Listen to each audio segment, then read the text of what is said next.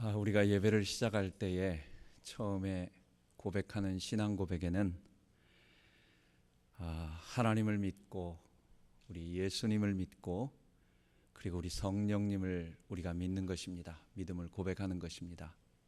그리고 나서 우리는 교회를 믿는 거예요. 거룩한 공회를 믿고 성도가 서로 교통하는 것을 믿고 죄 용서받는 것을 믿고 우리 몸이 다시 살고 그리고 영원히 사는 것을 믿는 것입니다. 우리의 신앙 고백에는 그래서 거룩한 공회라고 하는 것을 믿는 것입니다. 이 말은 영어로 할 때에 Holy Universal Church라고 말하는 것입니다. 우리는 전 세계 모든 보편교회, 우린 그것을 믿는다라는 것입니다. 즉 예수님을 우리 주님으로 모시고 그의 성령께서 우리 각 사람 속에 들어간 모든 사람들은 그 예수 그리스도와 연결된 완전한 교회다. 그들이 비록 어디 가난한 아주 동네에 몇 사람 안 모였다 할지라도, 그들이 비록 좀 수조가 적다 할지라도, 아니면 그들이 환난 가운데 어려움 속에 있는 아주 굉장히 어려운, 심지어 목회자가 겨우 한 명, 어떨 때는 없더라도 이렇게 모여 있는 곳이라 할지라도 예수님을 머리로, 예수님을 우리 주님으로 모신 모든 교회는 하나라고 하는 보편교회라고 하는 것입니다. 이 보편교회는 두 개로 나눠집니다. 이것은 우리 지난 시간에 요한계시록 20장에 배웠듯이 지금 이 시대에 우리 예수님께서 이미 천국에 가 있는 많은 성도들과 함께 통치하고 계신데 그걸 천상교회라고 말해요. 우리 주의 재림으로 인하여 천상교회와 지상교회가 합쳐지기 전까지는 한시적으로 둘로 나눠지는 것입니다. 그것은 뭐냐? 저 하늘나라에 우리 주님을 따라 섬기고 있었던, 이 땅에서 주님을 섬기며 살았던 모든 천만 성도들이, 천만 천사 그리고 천만 성도들이 모두 함께 주님과 함께 눈물도 없고 아픔도 없고 상처도 없고 사망의 고통이 없는 그곳, 거기서 지금 우리 주님과 함께 이 땅을 통치하고 계신 것입니다. 그게 바라서 그래서 우리는 천상교회는 승리적 교회다. 그런데 지금 이 지상교회는 어떠냐? 우리 지상교회는 아직도, 즉 지상 성도들을 말하는 것입니다. 우리들을 얘기하는 것입니다. 우리들에게는 우리 예수님이 통치하고 계시고 우리 예수님이 성령으로 모든 자들을 붙잡고 계시지만 이 지상교회는 아직도 죄와 사망과 사단, 이 죄의 세력들이 남았기 때문에 아직도 전투가 있고 눈물이 있고 아픔이 있고 싸움이 있는 것입니다. 그래서 지상교회는 우리 전투적 교회라고 말하고 우리 교회는 우리 주님 오실 때까지 싸우며 또 환난을 당하며 고난을 당하게 되는 것입니다. 데살로니가 교회는 유독 고난, 환난을 좀 많이 받는 교회였습니다.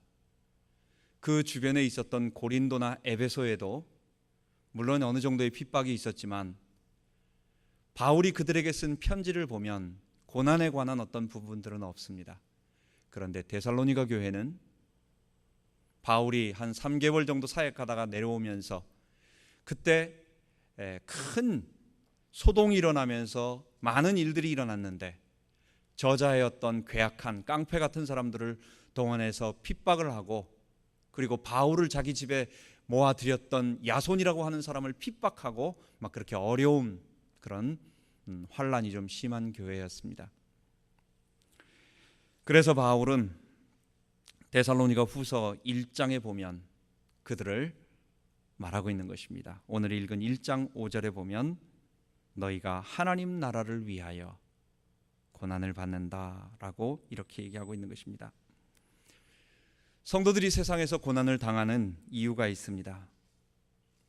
왜냐하면 사실 성도가 세상 사람들보다 훨씬 더 그래도 좀 괜찮습니다. 우리 성도들이 그래도 도덕적으로 윤리적으로 그래도 좀 깨끗하고 상대적으로 세상 사람들에 비해서 그래도 조금 더 낫습니다. 우리 한국 통계에 의하면 밖에서 가장 많이 어려움 당할 때 가장 많이 돈을 기부하고 준 데가 어디냐 하고 해보면 결국은 교회가 가난한 자들을 돕고 물질을 이렇게 낸 거의 70%를 교회가 감당하고 있습니다. 그만큼 교회는 그래도 객관적으로 다른 사람들보다 조금 세상보다 좀 낫습니다. 그런데 교회는 환난을 당하는 것입니다. 그런데 교회는 불신자들에게나 세상이나 아니면 어떤 정권을 가진 어떤 정치 세력이나 종교나 이런 철학 사상이나 이런 모든 것에 의해서 제일 먼저 타겟이 되는 게 어디냐면 교회인 것입니다. 교회가 나쁜 짓을 하지 않고 교회가 더 나았고 더 거룩하고 더 착한 일을 많이 함에도 불구하고 교회가 이렇게 어려움을 당하는 것은, 교회가 이렇게 환난을 당하는 것은 세 가지 이유가 있습니다. 성도는 세상에서 고난을 당할 수밖에 없다라는 것입니다. 그것은 첫 번째, 성도는 다른 임금을 섬기기 때문에 그렇습니다. 우리는 이 세상에서 죄를 주인으로 섬기지 아니하고, 우리는 우리 자신을 주인으로 섬기지 아니하고, 우리는 사망을 따라가지 아니하고, 사단을 우리 주인으로 섬기지 아니하고, 우리는 다른 임금 예수를, 우리를 위하여 피 흘리시고 십자가에 위해서 우리를 위하여 모든 것을 다 아낌없이 쏟아주신 그분을 우리의 주인으로, 우리의 왕으로 우리가 섬기는 것입니다. 그래서 우리는 하나님을 왕으로 모시고 예수 그리스도를 우리 주님으로 고백하며 세상 사람들과 다르게 살아가기 때문에 첫 번째, 우리가 고통을 당하는 것입니다. 두 번째, 다른 임금을 섬긴다는 것은 우리의 삶의 자세가 다른 것입니다. 우리가 사단을 따를 때라든지 아니면 우리의 죄의 본성을 따를 때는 우리가 하고 싶은 대로, 우리 원하는 대로 합니다.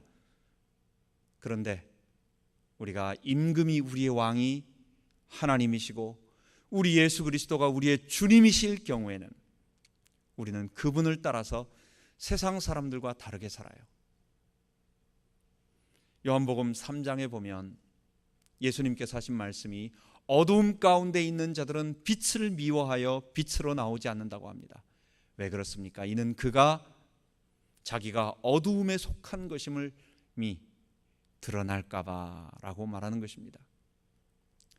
우리가 다른 사람들을 지적하지 아니하고 우리가 다른 사람에게 비판하지 않아도 우리가 하나님을 의지하고 우리가 거룩한 백성으로 살아가기 시작하면 불신자들은 우리의 거룩한 모습이 자기들과 비교되기 때문에 자기들은 어두움 가운데 있다라는 것이 드러나므로 그것을 싫어해서 우리를 싫어하고 미워한다라는 것입니다.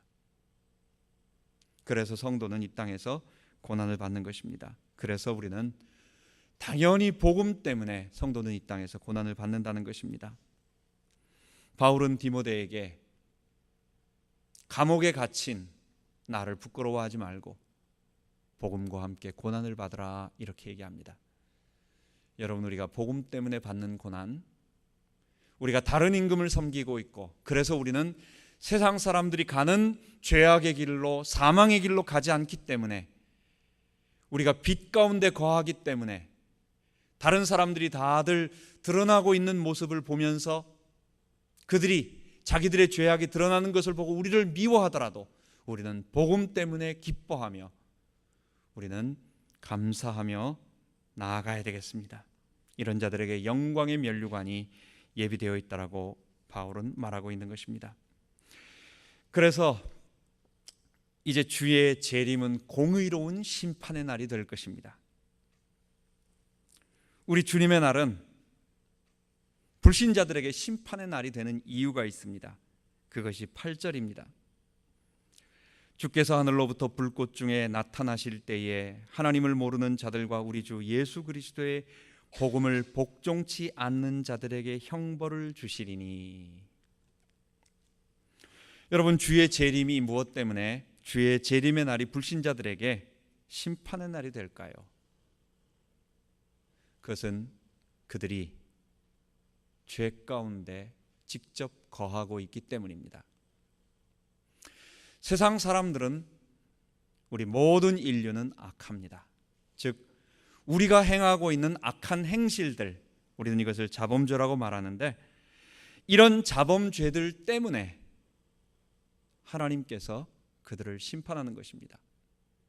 우리는 자칫하면 하나님은 자범죄가 없이 깨끗한 사람, 지금 이 세상에서 아무 문제도 없이 착한 사람을 하나님께서는 괜히 원죄가 있다고, 자기는 잘못 안 했는데 옛날 아담이 죄를 졌다고 해서 그냥 하나로 뭉뚱그리 잡아가지고 그냥 벌 주시는 이상한 분처럼 여겨질 때가 있어요. 우리가 자칫 오해를 하면 그렇습니다. 그렇지 않습니다. 하나님께서 세상을 심판하시고 하나님께서 모든 인류의 역사를 멸망시키며 형벌을 주시는 것은 이 세상 사람들의 죄악된 행위 때문에 그런 것입니다. 여러분, 세상의 문제는 누가 일으키는 겁니까? 짐승이 일으키는 게 아니에요. 사자 한 마리가 이 세상에 들어와 가지고 이 세상을 다 복잡하게 만드는 게 아닙니다. 하이에나가 때로 들어와 가지고 세상을 어지럽게 만드는 게 아니에요. 사람 때문에 사람이 이 세상을 어지럽게 만들고 더럽게 만드는 것입니다. 어디든지 사람의 손이 단 곳마다 망가집니다. 그래서 산도 어느 정도 이렇게 등산로도 어느 정도 개방을 하다가 몇 년 동안은 입산 금지해가지고 가지 못하게 막습니다. 왜냐? 사람이 가는 곳마다 망가지고, 사람이 만지고, 사람이 손을 대고 하면 다 망가져요. 우리의 고기를 잡는다든지 사슴을 사냥한다든지 이런 모든 것에 법으로 강력하게 규제하며 리밋을 제한해 주지 않으면 사람은 있는 대로 잡아가지고요, 아마 그 짐승이 씨가 마르게 될 것입니다. 여러분, 짐승이 거짓말하는 거 보셨습니까? 짐승은 거짓말 안 합니다. 짐승은 자기가 한 것 그대로 행동을 하고, 그리고 그 행동한 것에 대해서 숨기지 않아요. 그런데 인간만 자기가 한 일을, 나쁜 짓을 하고 그것을 아닌 것처럼 교묘하게 숨기고 거짓말하고 이렇게 할 수 있어요. 짐승, 이 모든 피조 세계 중에서 거짓말할 수 있는 것은 오직 인간 하나인 것입니다. 우리가 교육을 많이 받으면 사람은 좀 다른 사람에 대해서 좋은 관계를 유지하면서 어렵지 않도록 다른 사람을 침범하지 않는 일을 합니다. 그런데 가만 보면 그게 안 하고 있는 것뿐이지 그 속에서는요, 그것을 할 수 있는 것들이 여전히 그대로 존재하는 거예요. 우리 인간 속에 있는, 그래서 로마서 1장은 모든 시기, 살인, 분쟁, 사기, 악독, 불의, 추악, 탐욕, 수군수군, 비방, 하나님의 미워하심, 무정한 자, 배역한 자, 이런 모든 부정적인 가치들이 우리 속에 끊임없이 화라산처럼 타오르고 있는데, 교양과 그 다음에 교육은 그것을 억누르고 있으면서 아닌 척하면서, 그래서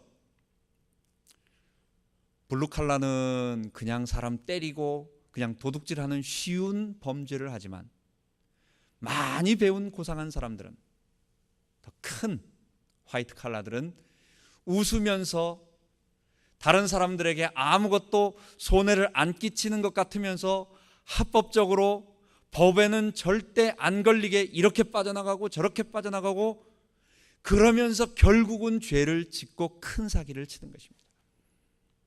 인간은요, 절대로 선하지가 않아요. 하나님이 우리 주 예수의 날에 심판하신다고 하는 것은, 이 사람들은 문제가 없는데 아담의 범죄로 인해서 그냥 이 사람을 혼내는 것이 아니라, 이 사람이 자범죄를 짓고 있기 때문에 우리 모든 인류가 악한 행동 속에 악한 행실을 하고 있기 때문에 우리가 하나님의 형벌을 받는다는 것입니다. 원죄는 뭐냐?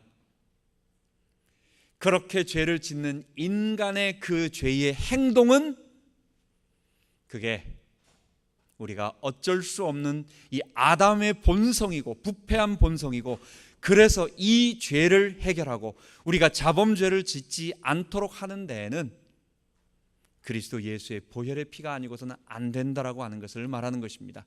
인간은 우리가 짓는 자범죄 때문에, 악한 행실 때문에 하나님의 심판이 있는 것입니다.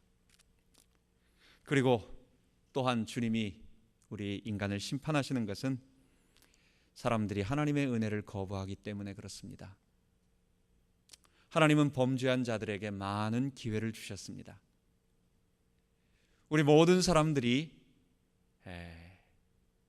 범죄하고 있는 그것을 한 번에 멸하지 아니하시고, 하나님은 구원의 길을 그들에게 내어주셔서 아들 예수 그리스도를 이 땅에 보내주시고, 그들이 누구든지 이 복음의 말씀을 듣고 그분을 믿고 그분을 주인으로 받아들이고 그분을 의지하고 나아가면 구원 얻을 수 있도록 예수 그리스도를 이 땅에 보내주셨어요. 구원의 길을 내주셨어요. 이 구원의 길이 또한 그 몇 사람들만 아는, 대부분 사람들은 다 모르고 그 몇 사람들에게만 조용히 알려진 그게 아니에요.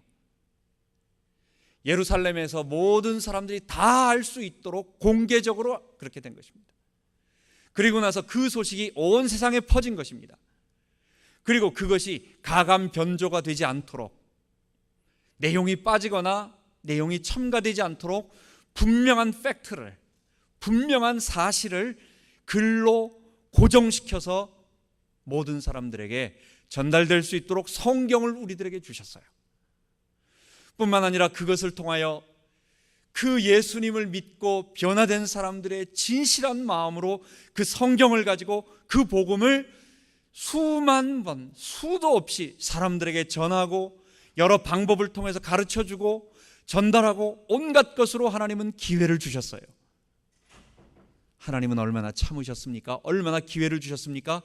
그 사람이 태어나서 그 사람이 죽을 때까지, 어떤 사람은 일찍 갈 수도 있겠지만 10년, 20년, 30년, 70년, 80년까지 기다리시면서 그에게 끊임없이 말씀하시고 그에게 끊임없이 녹화하시고 그에게 끊임없이 기회를 주셨어요. 하나님의 은혜를 거부하지 말라고. 너가 짓고 있는 이 죄에서 벗어나서 하나님께로 돌아오라고. 이 멸망의 지옥의 형벌을 받지 말고, 죄 가운데 빠지지 말고 우리 주 예수 그리스도의 보혈을 받아들이라고.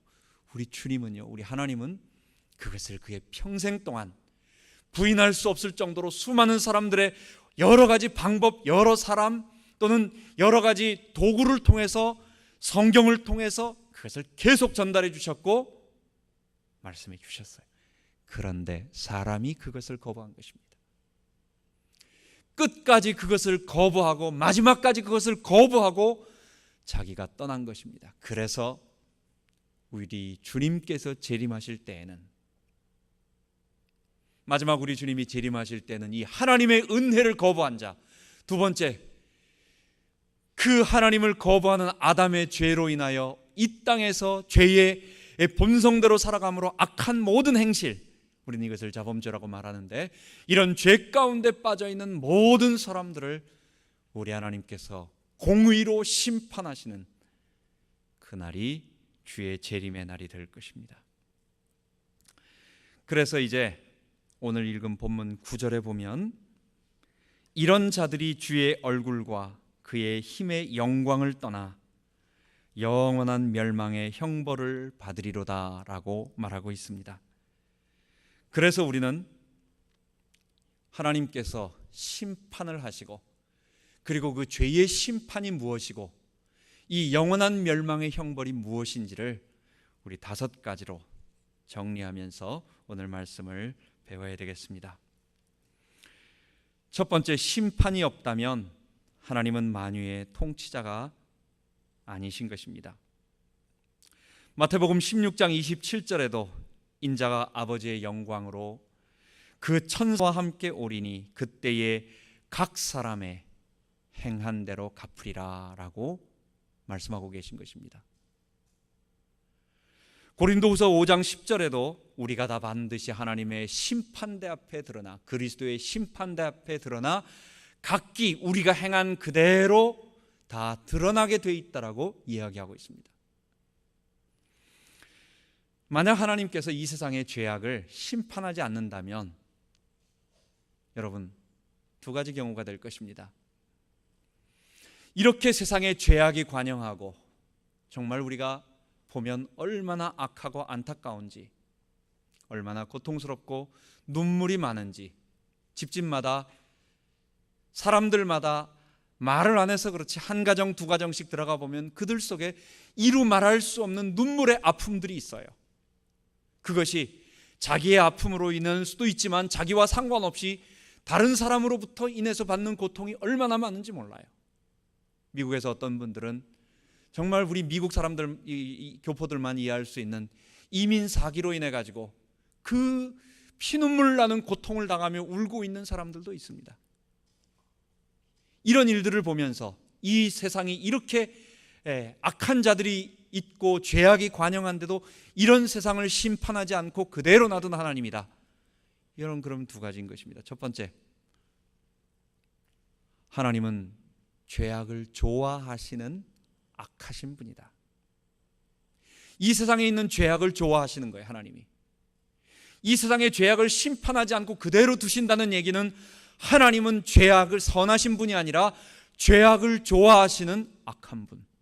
두 번째, 하나님이 혹시 선하시다면 이런 죄악을 징벌할 수 없는 무능한 분. 여러분, 이것보다 더 끔찍한 것이 없는 것입니다. 우리가 섬기고 우리가 의지하고 우리가 평생 따라가고 있는 그 하나님이 알고 보니까 너무너무 악한 시커먼 그런 괴물이었다고 생각을 해보십시오.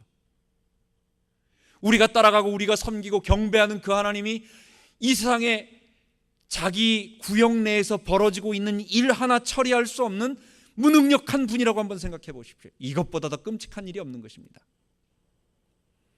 하나님은 무능한 분이 아니십니다. 하나님은 악하신 분이 아니십니다. 하나님은 이 세상을 반드시 심판하시고 이 세상을 의의 형벌로 멸망시킬 때가 올 것입니다. 한여름에 보면 잔디가 얼마나 많이 자라는지 몰라요. 비가 오고 나면 조금 있으면 일주일도 안 돼가지고요, 파릇파릇해가지고 계속 잔디가 나가면서 삐죽삐죽 자랍니다. 그러다가 여기저기서 어떤 놈은 좀 더 빨리 자라고 어떤 놈은 좀 덜 자라면서 서로 지가 잘났다고 해가지고 그냥 한없이 막 커 올라옵니다. 어떨 때 저쪽에서는 잡초 같은 것이 삐죽해서 올라옵니다. 잡초가 얘기합니다. 내가 암만 이렇게 해도 아무도 날 건드리지 않아. 누가 날 건드릴 거야? 내가 최고야. 여러분, 주인이요, 기다리다가 론모로 잔디 기계로 한 번 깎아버립니다. 한 번만 그 기계로 한번 싹 깎아버리면 그 이전에 잘났다고 하고 튀어나오고 자기 주장하고 했던 모든 것들이 완전히 깎여버리는 것입니다. 우리 주께서 자기가 잘났다고 이렇게 죄를 져도 아무 문제가 없다라고 하는 그런 사람들의 모든 것을 한 번에 쳐서 멸하실 날이 올 것입니다. 대한민국이 낳은 우리 한국, 우리 조선, 우리 한국이 낳은 세계적인 인물, 세계적인 천재가 두 명이 있습니다. 그게 바로 김일성과 문선명입니다. 하나는 정치적 천재고 하나는 종교적 천재입니다. 이 사람들은 수많은 사람들을, 그 내용은 물론 잘못됐지만 수많은 사람들을 다들 수십 년이죠. 벌써 뭐 50년에서 벌써 김일성 같은 경우도 얼마입니까? 50년, 그리고 지금 아들과 손자까지 지금 3대가 북한 전 인구를 갖다가 딱 잡고 그 사람 통제하에서 살아갈 수 있도록 50년, 60년을 그렇게 해가고 있어요. 어느 정치가가 그렇게 할 수 있겠어요? 문선명도 똑같습니다. 50년도쯤에 일어나가지고 자기의 그 교단을 만든 다음에 전 세계 사람들이 재림 예수로 바라보면서 돈과 물질과 모든 것 다 바치고 지금까지 추앙하면서 지금은 죽고 나서 90몇 세에 죽고 나서 그 부인이 하나님 되고 그리고 그 자식까지 아주 호화호식에다가 이런 거 하고 있습니다. 여러분, 그 밑에서 얼마나 많은 사람들이 눈물 흘리며 힘들어하고 있습니까? 이단의 가르침, 이단 교주들이 얼마나 많은 사람들을 미혹해하고 그 사람들에게 추앙을 받고 돈을 다 받고 그 자녀들은 그것으로 교육을 시키면서 최고의 것을 하면서 그 밑에서 그것을 따르는 사람들은 거기서 시간과 돈과 자식과 모든 것을 바치면서 거짓된 믿음을 가지고 평생을 고통을 받습니까? 그리고 그 사람들은 그냥 그렇게 다 호화호식 누리다가 싹 죽어버리고 아무것도 없다. 여러분, 이런 거짓이 있고 이런 불의한 일이 있다고 한다면 정말 안 되는 것입니다. 하나님께서는 이러한 세상의 모든 악한 것들을 그대로 두지 아니하시고 반드시 의의 심판, 공평한 하나님의 공의의 심판으로 그들을 다 멸하실 것입니다.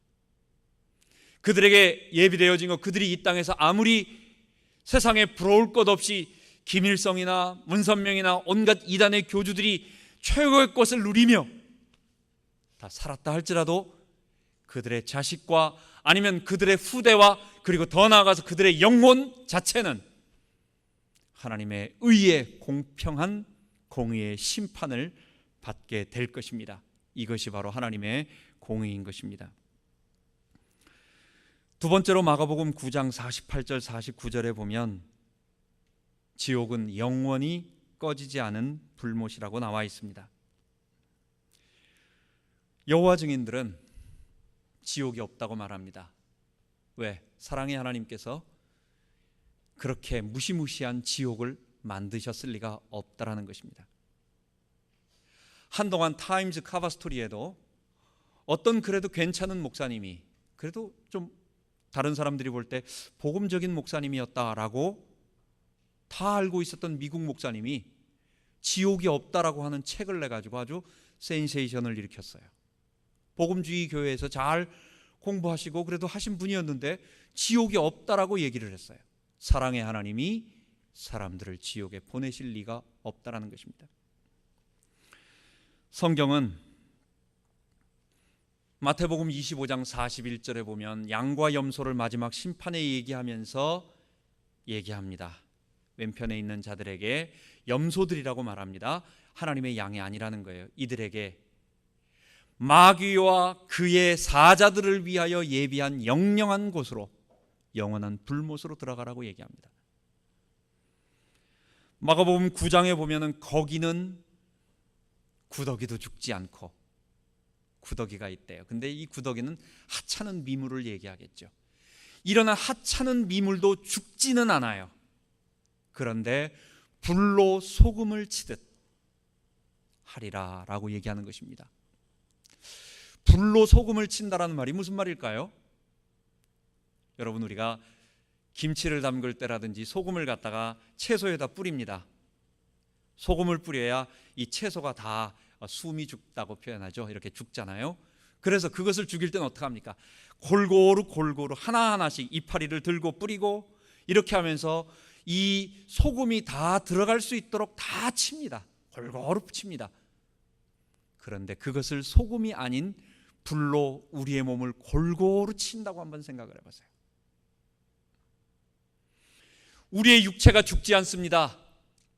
우리의 육체가 영원히 죽지 않는 부활한 모습으로 다 살아나서, 여러분, 지금 우리의 육체는 썩어서 우리 주님 재림하시기 전까지 썩어서 우리의 영은 하늘에 있고 우리의 육체는 없어집니다. 그럼 영혼이 고통을 느끼진 않아요. 영혼은 만져지는 게 아니에요. 영혼은 감각이 없어요. 그런데 영혼이 지옥에 간다면 무슨 고통을 느끼고 무슨 통증을 느끼겠습니까? 그런데 마지막 때 우리 주의 재림이 임하고 하나님의 심판 때가 되면 한 번의 재림, 우리 주님이 하늘에서 우리 주님이 오시고 우리 모든 사람들이 다 동시에 부활하고 선인과 악인 모두 한 번 부활하고 그때 그리스도의 심판대 하나님의 의의 흰 보좌 심판 앞에 가서 의인은 영생의 부활로 악인은 영벌의 부활로 심판의 부활로 나아가서 그래서 죽지 않는 고통을 느끼는 만져지는 그런 몸으로 죽지 않는 부활한 모습으로 영영 고통을 당한다는 것입니다. 거기는 구더기도 죽지 않아요. 불이 소금 치듯이 우리의 몸을 태우면서 가는 것입니다. 얼마 전에 어떤 인터넷에 아주 재미있는 글이 하나 올라왔습니다. 인간이 느끼는 고통의 순위를 얘기하는 것입니다. 인간이 언제 가장 큰 고통을 느끼느냐 얘기를 했는데, 여러분 이빨이 아플 때 고통이 있잖아요. 치통. 저도 사랑니 때문에 병원에 3일 입원해서 수술을 해서 뺀 적이 있습니다. 뭐 보통 아픈 게 아니에요. 욱신욱신하면서 이게 참 이빨이 아플 때 너무너무 아프다고 하죠. 그게 인간이 느끼는 고통 중에서 13위입니다. 13번째 아픔입니다. 그리고 인간이 느끼는 고통 중에서 12번째가 칼로 베는 것입니다. 자상이라고 말하죠. 여러분 칼로 손이나 이런 몸을 비었을 때에 그 이후에 거기에서 나오는 그 아픔들, 자상이라고 말합니다. 칼로 베임을 당했을 때 오는 게 12번째입니다. 암으로 인한 통증, 암이 가져다주는 통증이 6입니다. 그리고 세 번째가 여성이 초산을 하였을 때, 처음 아이를 낳을 때 느끼는 고통이 인간이 낳은 고통 중에서 3등입니다. 두 번째는 뭐냐? 손이나 발가락이 절단되었을 때 느끼는 고통, 그게 두 번째입니다. 맨 마지막이 뭔지 아세요? 화상입니다. 우리의 몸이 불에 탈 때 오는 화상, 그것이 인간이 느끼는 고통 중에서 가장 아프다고 말합니다. 여러분, 지옥은 성경에 나오는 많은 기록들을 공통적으로 볼 때 지옥은 하나로 얘기합니다. 영원히 타오르는 불, 못 꺼지지 않는 불, 그곳에서 아무도 죽지 않습니다. 거기에는 부활한 몸으로 고통을 그대로 느낍니다. 여러분, 이거는요 사실이에요. 불교의 지옥은 기독교의 지옥하고 다릅니다. 사실 불교는 극락과 지옥이 이 세상 바깥에 새로운 곳의 공간으로 없다라고 말합니다. 석가모니 부처님은 그렇게 말했습니다. 지옥은, 그리고 그들이 말하는 지옥은 잠깐 동안은 고통을 받을 수 있지만 거기에서 수행을 하고 다시 공덕을 쌓으면 얼마든지 빠져나올 수 있는 곳이에요. 불교에서 말하는 지옥은 그런 곳이에요. 그래서 불교의 지옥은 자물쇠로 잠겨 있지 않고 임시적인 거처라고 말합니다. 그리고 부처님은 그런 지옥은 차라리 그런 지옥보다도 인간이 이 땅에서 느끼는 고통이 더 큰 고통이고 여기서 맛보는 극락이 더 큰 극락이라고, 그래서 사실은 극락과 지옥이라고 하는 실체를 불교는 거부합니다. 그런데 성경은 뭐라고 말합니까? 공의로우신 하나님께서 자기를 대적하고 자기의 하나님을 대적하고 자기의 육체의 본성을 따라서 죄악을 따라 살아가던 사람들, 그리고 하나님이 수도 없이 구원의 길을 보내주셨지만 그 구원을 거부하는 자들에게 하나님께서는 그들을 형벌 줄 영영이 타오르는 불꽃이 그들에게 예비되어 있다고 말하는 것입니다. 세 번째는 지옥은 하나님께서 은혜를 완전히 거두신 곳입니다. 누가복음 16장 19절에서 31절에 보면 부자와 거지 나사로의 비유가 나옵니다. 부자가 이 땅에서 자기의 육체의 본성대로 죄악과 향락을 누리며 살다가 지옥에 가게 됩니다. 그때 부자가 하는 말이 있어요. 내가 얼마나 뜨거운지 저기에 있는 나사로에게 이 손가락으로 물 한 방울을 찍어서 내 혀 밑에다가 좀 대주면 내가 시원하겠다고, 너무너무 뜨겁다는 거예요. 그렇게 한 방울이라도 내 목을 좀 축여달라고, 너무 뜨겁다는 거예요. 그때 아브라함, 하나님께서 뭐라고 말씀하십니까? 너와 여기에는 큰 구렁이 있어서 나올 수가 없다고. 그리고 그 사람이 얘기합니다. 그 부자가 얘기합니다. 제발 우리 이 세상에 있는 사람들에게 누군가를 보내서, 혹시 내가 가든지 아니면 누군가를 보내서 내가 있는 이곳에 오지 않도록 좀 소식 좀 전해달라고. 우리 자녀들이 제발 오지 않도록 해달라고. 근데 하나님은요, 뭐라고 말씀하십니까? 아브라함의 그것으로 뭐라고 말씀하십니까? 이미 그들에게 성경을 통해서, 모세와 선지자들을 통해서 가르쳐 주었기 때문에 너도 갈 수도 없고 누가 가서 여기 있는 것을 체험으로 말해 줄 수도 없다라는 거예요. 지옥은 하나님의 마지막 은혜도 없는 것입니다. 이 세상은 하나님의 은혜가 조금이라도 미칩니다. 아무리 척박한 곳, 아무리 어려운 곳이라도 하나님의 은혜가 조금이라도 있기 때문에 구원의 기회가 있어요. 그러나 지옥은 하나님이 베푸신 그 은혜를 거부한 자들에게 하나님께서 자기의 은혜를 완전히 거두어 버린 것, 그래서 거기에는 하나님의 은혜가 조금도 미치지 아니하고, 그래서 구원의 기회가 없는 거예요. 거기는 빠져나올 수도 없고 영원히 타오르는 불못이고, 그것은 분명히 실제하고 존재하고 있는 곳입니다.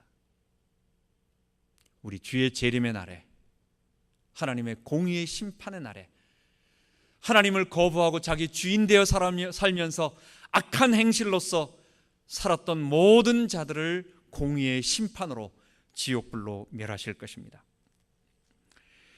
네 번째, 지옥은 성도와 신자, 불신자 모두에게 하나님의 사랑을 나타냅니다. 베드로후서 3장 8절과 9절에 보면 하나님께서 지금 세상을 불로 멸하지 않는 것은, 아직 심판을 하지 않고 오래 참는 것은, 하나님의 약속은 어떤 이에 더디다는 것 같이 더딘 것이 아니라 오직 너희에 대하여 오래 참으사, 모든 사람이 구원을 얻도록 하기 위해서 오래 참으시면서 기다리신다는 거예요. 불신자들은 지옥에 가서 하나님께서 그동안 나에게 이렇게 오랫동안 참고 계셨구나, 나 같으면 그냥 한 번에 혼냈을 텐데 하나님은 내 평생을 이렇게 참고 계시며 나에게 이렇게 많은 기회를 주셨구나라는 것을 그들이 지옥에 가서 알게 될 것입니다. 하나님께서 자기를, 불신자였던 자기에게 얼마나 많은 사랑을 베푸셨는지 알 것입니다.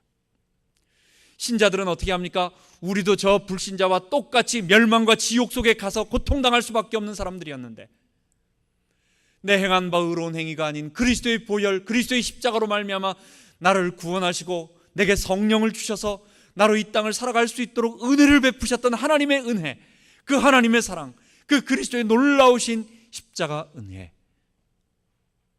우리는 지옥을 보면서 그것을 알게 될 것입니다.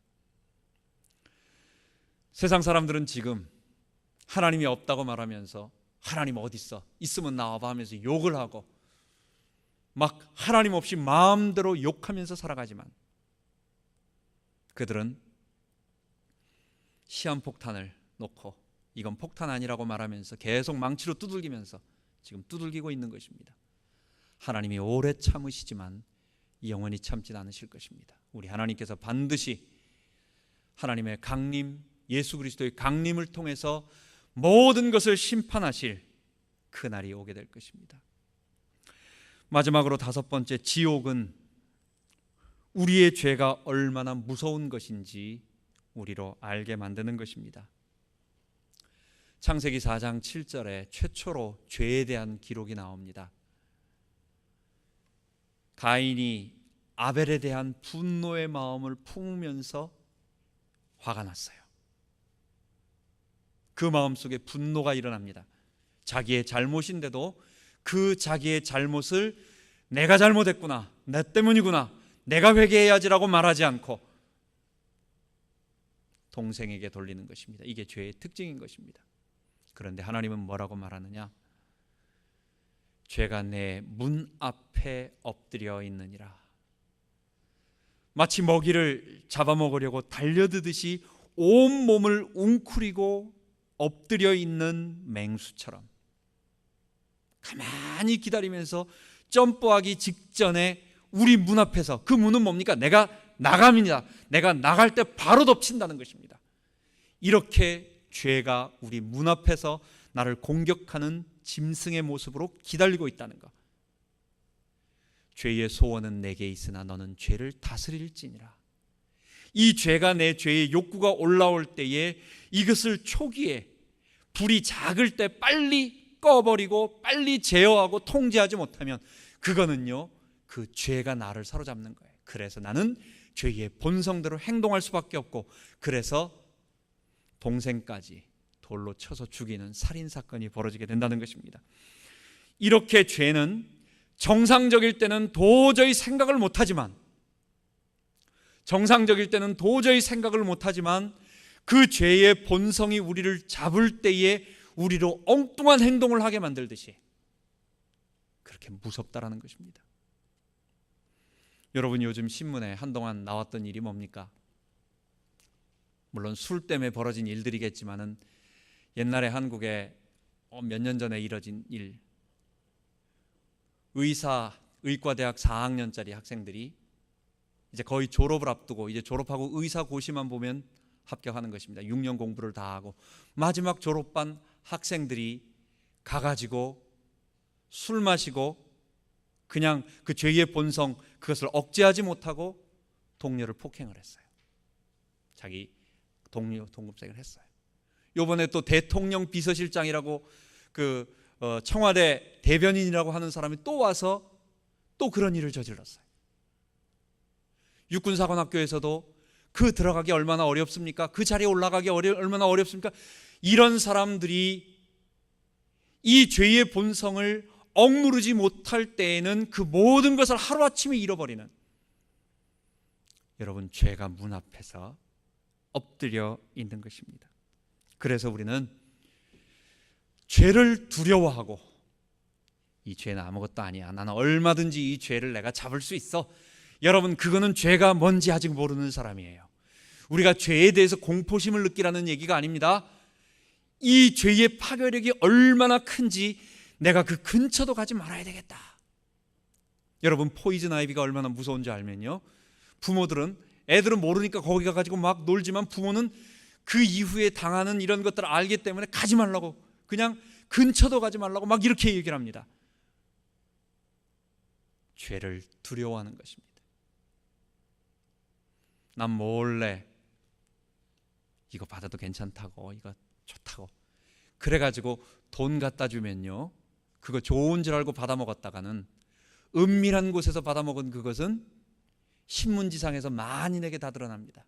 모든 사람들이 다 알도록 떠들어댑니다. 죄가 바로 그런 것입니다. 여러분, 우리 죄를, 이 지옥을 알면서, 우리 오늘 성경이 말한 영원한 멸망의 형벌인 지옥을 우리가 배우면서 죄를 두려워하고 성령을 의지해서 우리가 이 죄를 이기며 살아야 하겠습니다.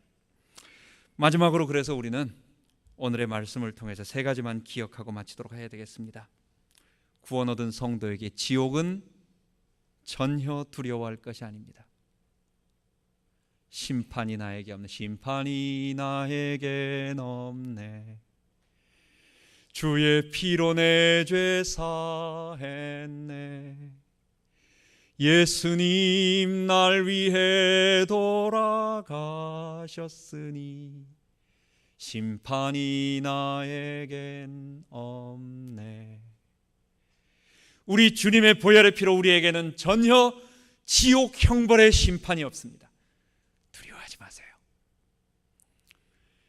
심판이 없다고 태만해서도 안 됩니다.